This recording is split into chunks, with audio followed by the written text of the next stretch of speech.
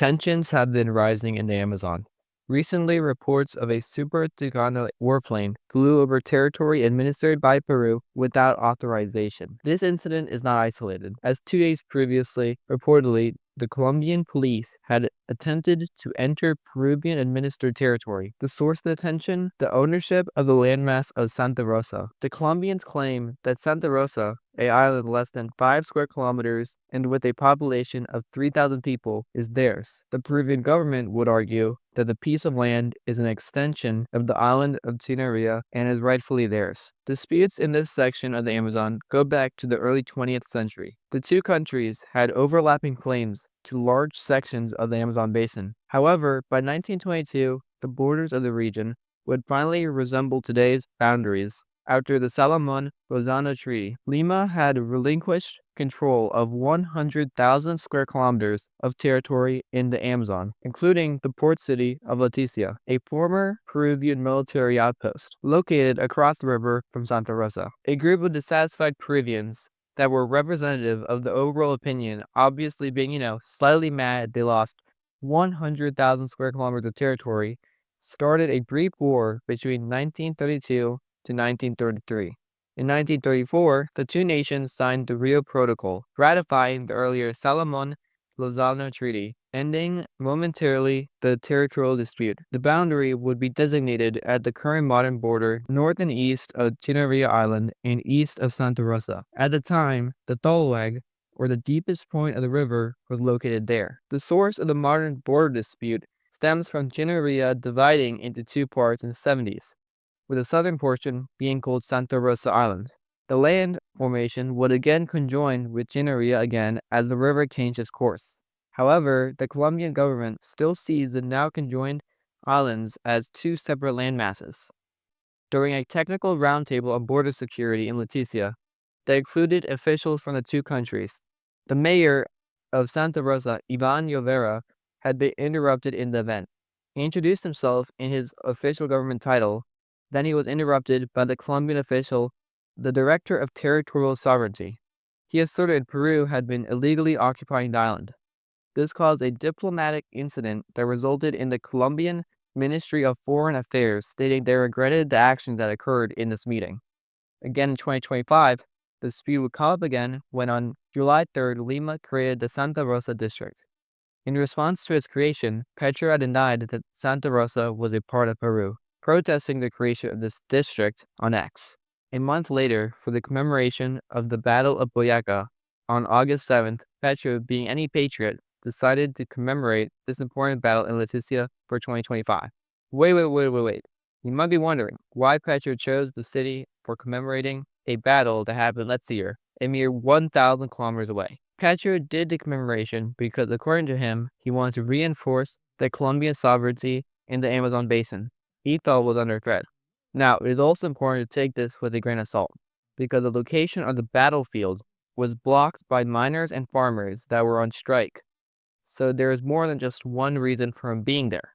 But it does demonstrate the political symbolism he has visiting the city of Leticia. Not to mention, during that day, the warplane flew over Peruvian airspace that day. Around that time, multiple Colombian surveyors had attempted to do surveys on the landmass. The local police reacted by imprisoning the land surveyors. On August 12th, the former mayor of Medellin and presidential candidate raised the Colombian flag. Then the Peruvian authorities removed it. So why is this landmass so valuable to Bogota?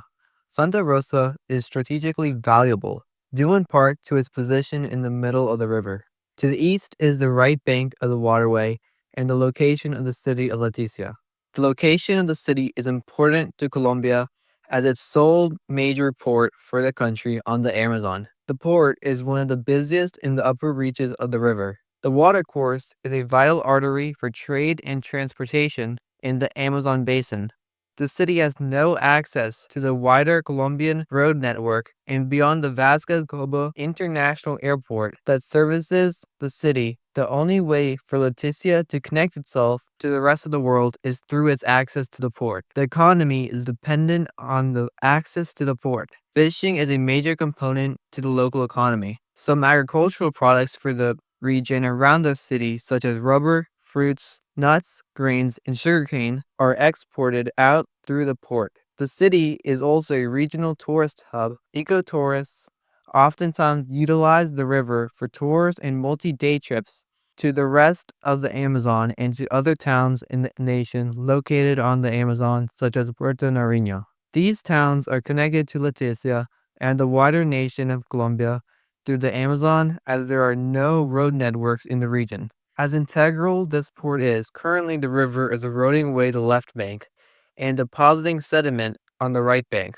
The port is located on a secondary waterway, and the main channel is currently between Chinarilla Island, main left bank of the river owned by Peru. The secondary course is currently suffering from ever-reducing water flow from 30% in 1990 to 19% in the modern day, while the channel that passes on the left side has ever-increasing water flow. The decreased water flow is bad. Less water that is flowing meaning greater accumulations of sediment there. The second channel has been reduced in depth and has gotten narrower. Although the city isn't going to completely losing its access, the port will be more susceptible to the effects of droughts. This is due to a combination of deforestation and climate change. Having control of the island means more access to deeper water, remedying to an extent the situation. Another reason for the uptick in tension beyond the port is the political situation in Colombia. Petro currently is deeply unpopular in his country. Polling shows approval rates stand at 61.6% approval and 31.11% of disapproval performance in the month of August. Petro may be using Peru as a distraction to create a diplomatic conflict with a foreign nation.